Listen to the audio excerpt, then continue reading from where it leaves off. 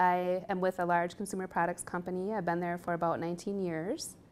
And I had struggled for many years with social anxiety, and I have a lot of anxiety tendencies that I need to continually manage in order to keep my stress levels at a comfortable level. One of the things that Lisa brings to the table is her coping mechanisms for her social anxiety makes her an excellent employee.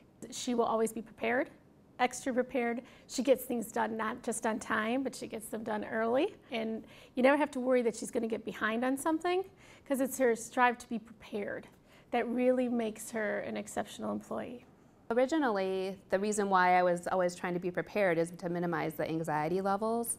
And so that's why it became difficult. The stress I was putting upon myself started to be too much because I couldn't handle, as I was moving up in my career, it was more difficult for me to be able to get everything done to that extent.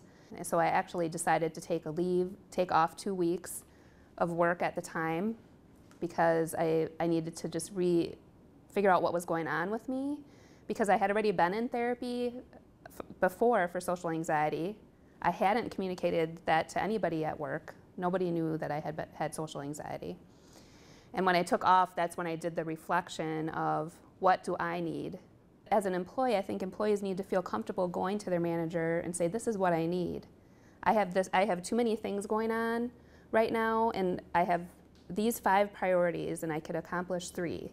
What's going to happen to the other 2? And just being able to communicate that way and say, I can't do it all. And some managers aren't good at listening to their employees when they say they can't do it all. So people just keep working more and more, and then they end up having a breakdown. But I think the most important thing is the communication and being able to feel comfortable asking for what I need. In her best moments, she's a shining star. So she is worth investing in and finding that other opportunity for. And I just thought it was mom guilt for the most part, which is pretty heavy stuff on its own, not coupled with this situation. So I've had other employees with that same discussion too. So it's just like, we got to find a role that fits, that she can manage and get some boundaries. And even now, we're very clear on when Lisa's off, she's off. When she leaves at 4 o'clock, she leaves at 4 o'clock. And we really manage that pretty tightly. Then we found a new role, but it wasn't going to be possible for 6 months.